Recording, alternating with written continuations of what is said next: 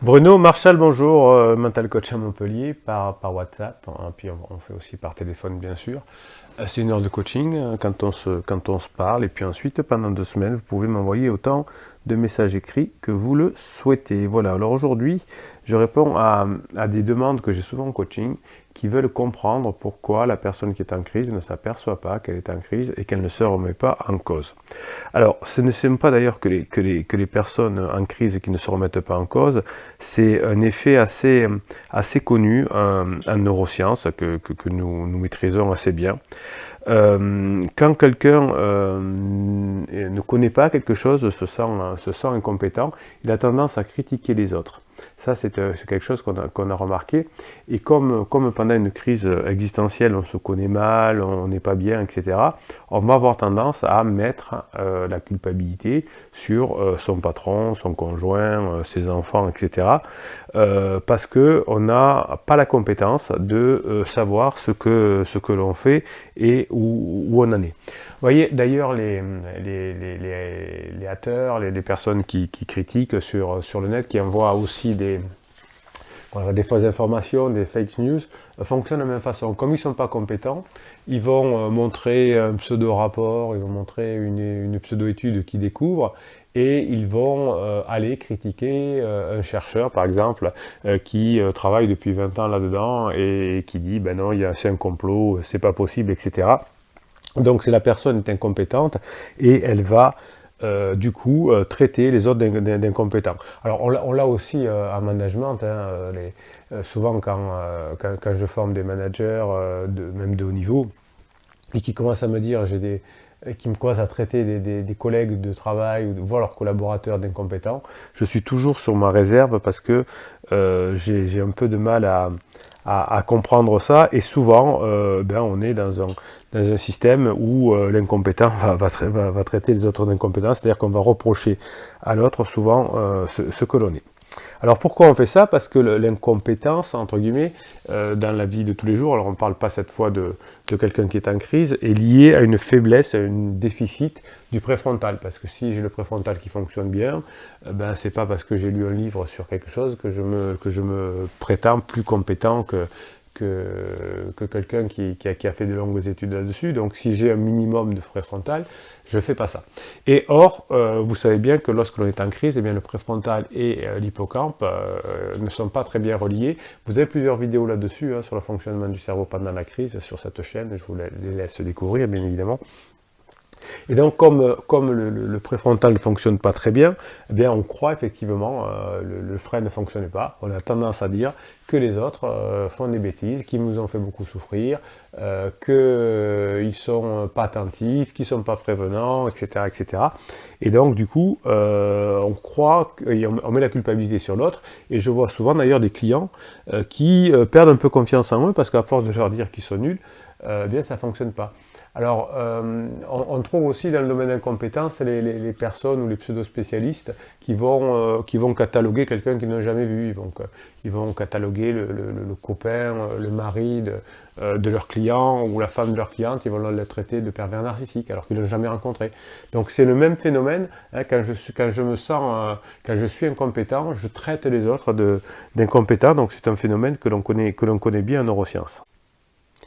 D'ailleurs, on comprend que les personnes en crise soient renforcées là-dedans, puisqu'ils vont raconter à leur psy ou à leurs amis leur version des faits, en minimisant leur action et en maximisant l'erreur sur l'autre, en disant j'en peux plus, de toute façon mon mari ou ma femme ne fait plus ci, ne fait plus ça, et la personne qui n'est pas compétente pour l'aider, soit parce que il y a des professionnels qui ne sont pas forcément compétents, mais en tout cas il y en a beaucoup qui le sont, mais souvent les amis ils vont se tenir à une version et ils vont renforcer en disant oui, tu as raison, il faut partir, c'est pas normal, et donc la personne effectivement croit, elle est en crise, croit qu'elle est encore plus dans le juste, puisque la personne à qui elle a discuté, elle a donné une seule version très partielle, va renforcer cette chose-là, et donc on renforce l'incompétence relationnelle, l'incompétence d'analyse de la personne qui est en crise.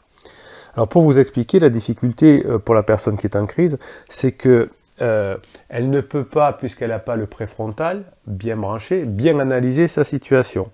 Donc très souvent, pour évaluer sa propre compétence, il faut avoir la compétence de le faire, c'est-à-dire ce qu'on appelle en neurosciences la métacognition, c'est-à-dire qui va nous permettre d'analyser notre propre performance. Mais comme le préfrontal ne fonctionne pas bien, on ne peut pas bien analyser sa performance. Alors je vais vous donner des exemples. Par exemple, si je ne connais pas l'orthographe, ou la grammaire, on va dire, je ne vais pas voir les fautes que je fais moi-même. Donc j'écris et puis je ne sais pas que je fais des fautes parce que je fais des fautes parce que je n'ai pas le savoir de la grammaire et de l'orthographe. Et donc comme je ne sais pas que je fais des fautes. Et donc comme je ne sais pas que je fais des fautes, je ne sais pas que je suis incompétent en orthographe. Donc pour la relation, c'est pareil. La personne qui est en déficit de fonctionnement préfrontal pendant sa crise ne sait pas. Et donc elle va dire des choses émotionnelles qui va faire mal au conjoint, mais ce qu'on travaille en coaching, c'est comment ne pas en tenir compte, comment faire des pirouettes pour ne pas aggraver la situation.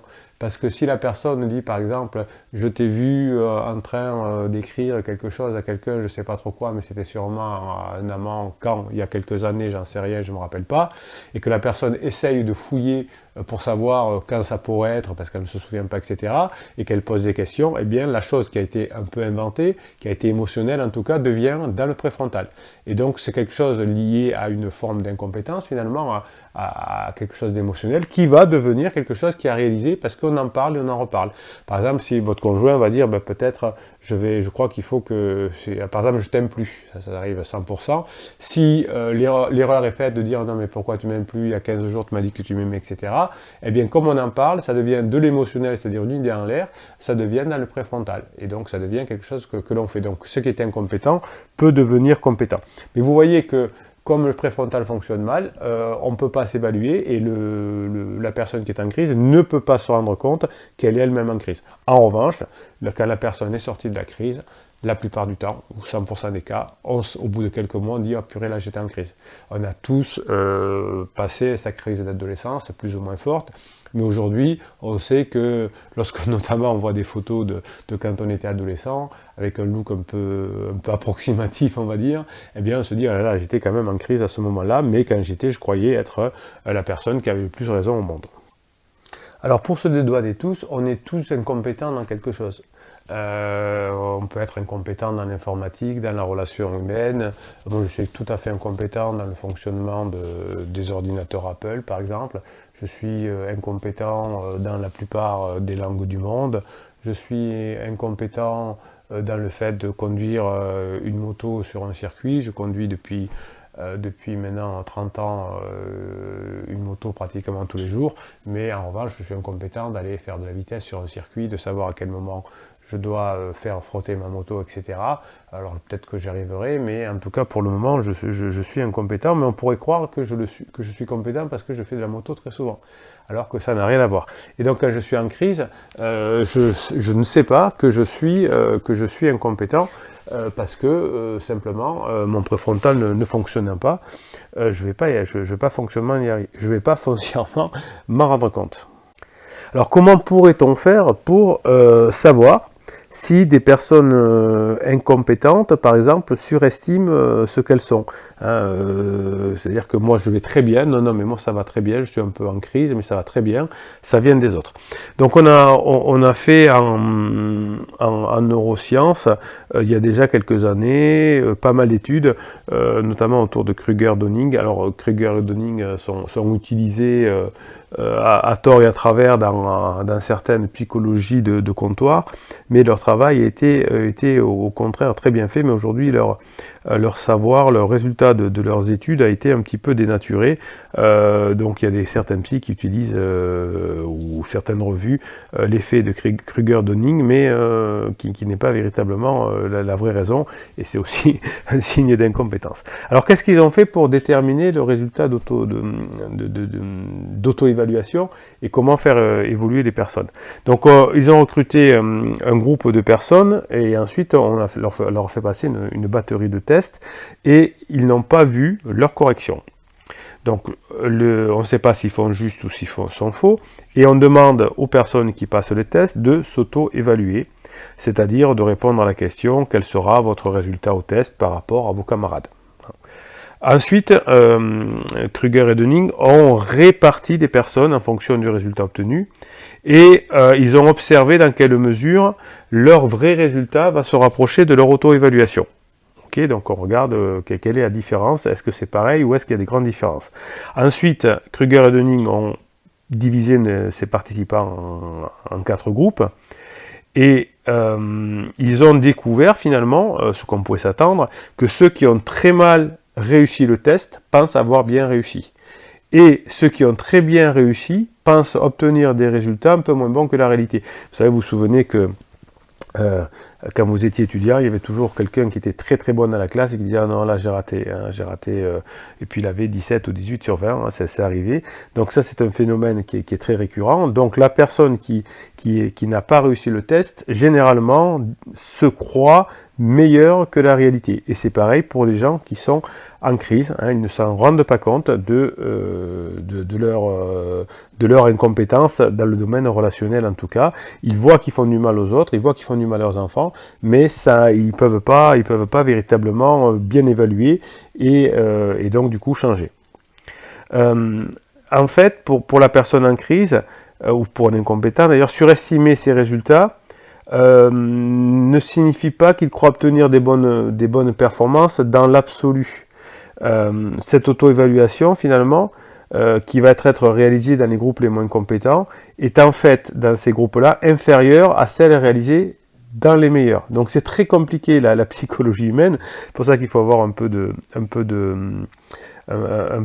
retour, enfin un peu de background, pour bien comprendre. Les incompétents, ceux qui sont en crise, vont se leurrer sur leurs propres valeurs, sans pour autant forcément se croire plus aptes que les grands experts. Ils ne se disent pas « je suis le meilleur au monde », mais ils ne se sentent pas autant au fond du trou qu'ils le sont. Ils ne sentent pas véritablement le mal qu'ils font aux autres. Mais ils ne se prennent pas quand même pour des super génies. Et si vous dites est-ce que tu es un super génie, très peu vous diront non, je ne suis pas un super génie. Alors, dans les tests que l'on fait en neurosciences, si on fait passer des tests totalement inconnus à des personnes, des domaines totalement inconnus, par exemple, si je ne suis pas du tout doué à l'informatique, on va me faire passer des tests informatiques sur Python ou je ne sais pas quoi, eh bien, je ne vais pas avoir de mal à dire, bah non, j'ai pas réussi, je ne savais pas faire, etc. Mais pour des choses où on croit que l'on a une certaine compétence, par exemple, tout le monde croit avoir une certaine compétence en relation, en psychologie, c'est pour ça que les amis vous donnent des conseils alors qu'ils n'ont aucune compétence, sinon d'avoir lu 2 revues ou un livre sur le sujet. Et donc, si je connais rien du tout, je vais dire, ben, je suis pas compétent. Mais si je crois sur des domaines de sciences humaines, sur le fonctionnement du couple, etc., eh bien là, je vais me croire supérieur à la moyenne. Et c'est pour ça que la personne qui est en crise se fait véritablement berner par elle-même, par ses émotions, mais aussi par ceux qui veulent les aider. Ou en tout cas les personnes auxquelles elle demande de l'aide. Alors en recherche, on a fait un truc intéressant, c'est qu'on a repris aussi les exercices, les personnes qui s'étaient auto-évaluées, et on a choisi les plus compétents et les moins compétents dans les 4 groupes, et on les a fait revenir au labo, et on leur a demandé de corriger des copies des autres personnes qui avaient passé des tests. Et donc, ils vont avoir une idée du niveau des autres personnes. Et donc, je vous rappelle qu'on leur demandait la question, est-ce que vous pensez avoir mieux réussi que la moyenne ou moins bien réussi, sachant qu'ils avaient à corriger chacun 5 copies.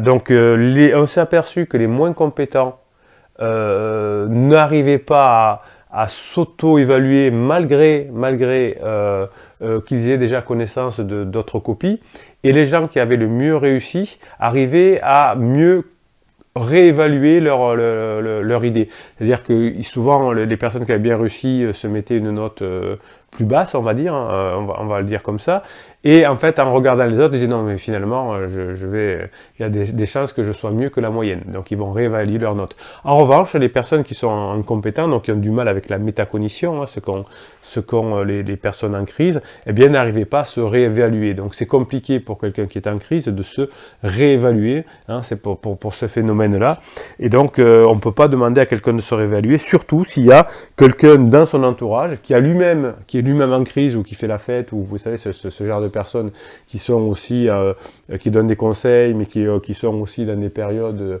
pas glorieuses de leur vie, ça arrive à tout le monde, et comme ils sont aussi perdus, ils ont du mal à évaluer les situations des autres, et donc ils donnent aussi des mauvais conseils. Donc pour résumer, les personnes en crise sont incapables de profiter de l'occasion d'observer le comportement des autres, ce qui constitue habituellement une stratégie d'amélioration éprouvée. Donc ils ne peuvent pas s'améliorer parce qu'ils ont du mal à regarder comment fonctionnent les autres et à s'apercevoir finalement qu'ils ne sont pas dans le bon tempo. Alors quelle serait la solution? Eh bien, si vous proposez à votre conjoint qui est en crise de se faire aider par un coach notamment, ou de lire un article que vous leur avez donné, ça ne va pas fonctionner. Parce dire non, ça c'est des conneries, ils la lisent pas, ou ils prennent pas rendez-vous le coach, ou ils l'écoutent pas. Mais si, et moi ça m'est arrivé, on a su convaincre son conjoint de se faire aider par un coach compétent, eh bien à ce moment-là, comme on arrive à donner une clé de lecture, c'est-à-dire qu'on augmente le savoir, la métacognition de la personne, eh bien elle va réussir à mieux s'auto-évaluer parce qu'elle aura compris comment ça fonctionne. Le biais, c'est que si vous proposez à votre conjoint, à votre patron de se former ou ça ne va pas fonctionner. Donc il faudrait mieux que ça passe par un ami compétent ou des choses comme ça qui ne rentreraient pas dans son jeu. Alors il y a peu de chances que ça arrive parce que l'ami compétent, il n'y en a pas beaucoup, mais aussi peut-être que la personne en crise ne va pas les choisir. Mais si on arrivait à augmenter son taux de connaissance, eh bien l'auto-évaluation fonctionnerait beaucoup mieux. Sinon, c'est compliqué de savoir comment on fonctionne pendant sa crise.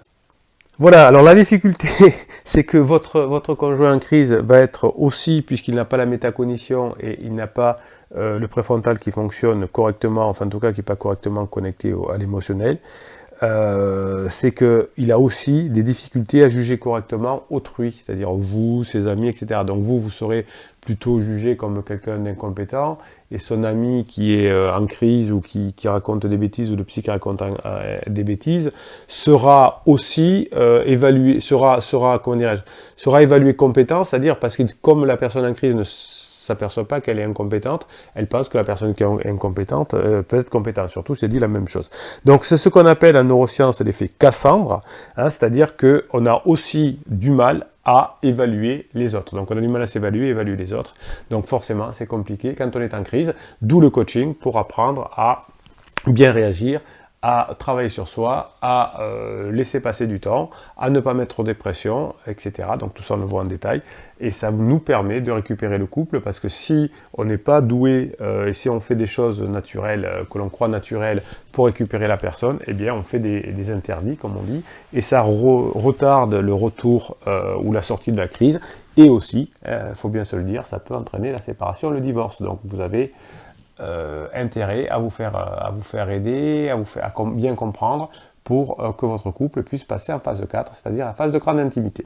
Voilà, si vous pensez que cette vidéo peut aider quelqu'un qui serait en souffrance parce que il traverse une crise existentielle ou son conjoint traverse une crise existentielle, mettez juste un pouce en l'air sous cette vidéo et la plateforme se chargera de proposer cette vidéo à des personnes qui vous sont peut-être inconnues mais qui sont en souffrance, et donc vous allez pouvoir les aider juste en mettant ce pouce en l'air. Vous pourrez aussi bien évidemment vous abonner à cette chaîne pour bénéficier des